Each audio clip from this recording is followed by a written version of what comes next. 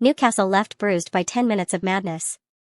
Newcastle United supporters must have thought those days were finally over. For years Pierre-Emerick Aubameyang had been a thorn in their side during his previous spell at Arsenal from 2018 to 22. But Newcastle head coach Eddie Howe had warned the 36-year-old looked as good as ever before Tuesday night's Champions League encounter in Marseille. Sure enough, Aubameyang haunted Newcastle once again on the biggest stage of all, with his quickfire double turning the game on its head at the Stade Velodrome as the French side claimed a 2-1 comeback success. It was a familiar story for Howe's men as the visitors' struggles on the road continued. Just like their most recent away games against Brentford and West Ham, Newcastle took the lead. Just like at the G-Tech Community Stadium and the London Stadium, they ultimately threw it away. Defender Dan Burn called it 10 minutes of madness and, while Howe clung to positive signs, this was another painful defeat. "It leaves us a little bit bruised right this second, but we'll come back," said the frustrated boss. "We've got some great games ahead. This competition was never going to be straightforward for us. It was never going to be plain sailing. It's the elite competition it is because you're going to be challenged and stretched, and it will make us a better team for all these experiences." Defensive vulnerabilities on road prove costly again. Yet it could have been so different after Newcastle initially handled a white-hot atmosphere so well by gaining the upper hand.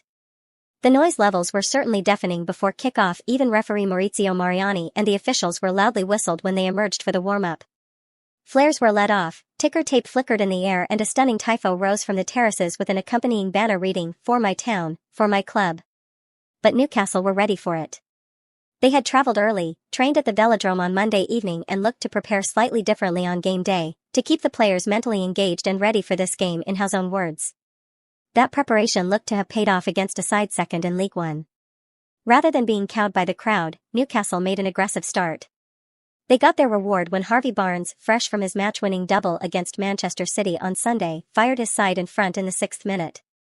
But, crucially, Newcastle failed to press home their advantage and Marseille rallied. The visitors had enough warnings after Aubameyang spurned a series of opportunities in the first half. However, the much-traveled Marseille forward was not so forgiving after the break, as Newcastle paid a heavy price for a sloppy kick-off. Defender Fabian Schär punted the ball forward and his side failed to get it back under control after losing a series of duels deep in the opposition half.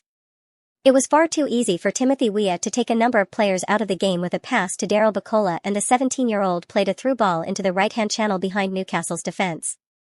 A Marseille equalizer was not exactly a foregone conclusion given how far away Aubameyang was from goal. But keeper Nick Pope rushed off his line in an attempt to get there ahead of Aubameyang, only to be caught in no man's land as the forward nipped in and finished superbly from a tight angle out on the right wing.